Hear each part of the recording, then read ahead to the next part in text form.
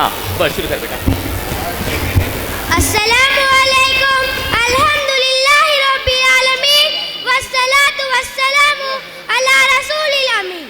اما بعد میری تقریر کا عنوان ہے علم کی اہمیت.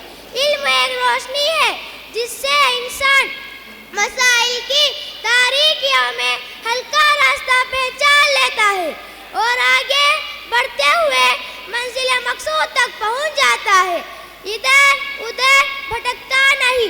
اسی لیے اللہ تعالیٰ قرآن کریم میں ارشاد فرماتا ہے قل هل يستوي الذين يعلمون والذين لا يعلمون، یعنی آپ پوچھئے کیا جاننے والے اور نہیں جاننے والے دونوں برابر ہو سکتے ہیں؟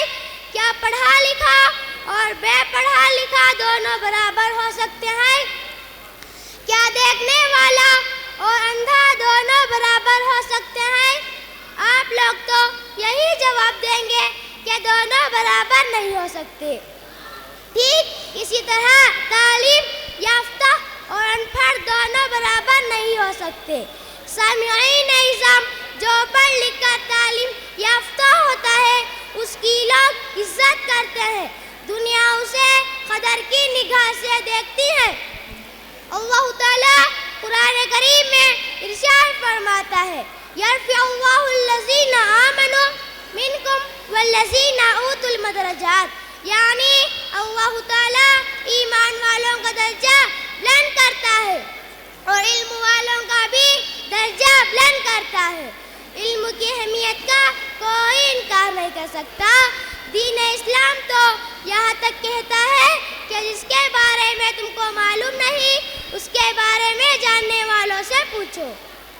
قرآن کریم میں سورہ نحل سورت نمبر 16 اور آیت نمبر 40/3 میں اللہ تعالیٰ ارشاد فرماتا ہے فاسألوا اہل الذکر ان کنتم لا تعلمون، یعنی اگر تم نہیں جانتے ہو تو اہل علم سے دریافت کرو.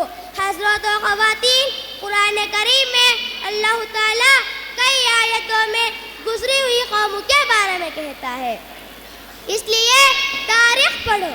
قرآن کریم میں کھیتی، فصل اور باغات کے بارے میں کہا گیا ہے، اس لیے نباتات کا علم حاصل کرو. قرآن میں سمندر، موج، مچھلی، موتی اور کشتی کے بارے میں بھی بتایا گیا ہے، اس لیے ان کے متعلق بھی جان لو. سورج، چاند، ستارے اور خلاقی بابات بہت سی آیتوں میں ذکر کیا گیا ہے، اس لیے علم فلکیات کا بھی مطالعہ کرو. ان کے علاوہ اور بھی بہت سارے علوم و فنون کا ذکر کیا گیا ہے، اس لیے ہم مسلمانوں کو چاہیے کہ تعلیم کے میدان میں آگے بڑھے اور ترقی کرے. اسلام میں علم کی اتنی زیادہ اہمیت ہے کہ اس کے لیے اللہ سے دعا کرنے کا حکم دیا گیا ہے.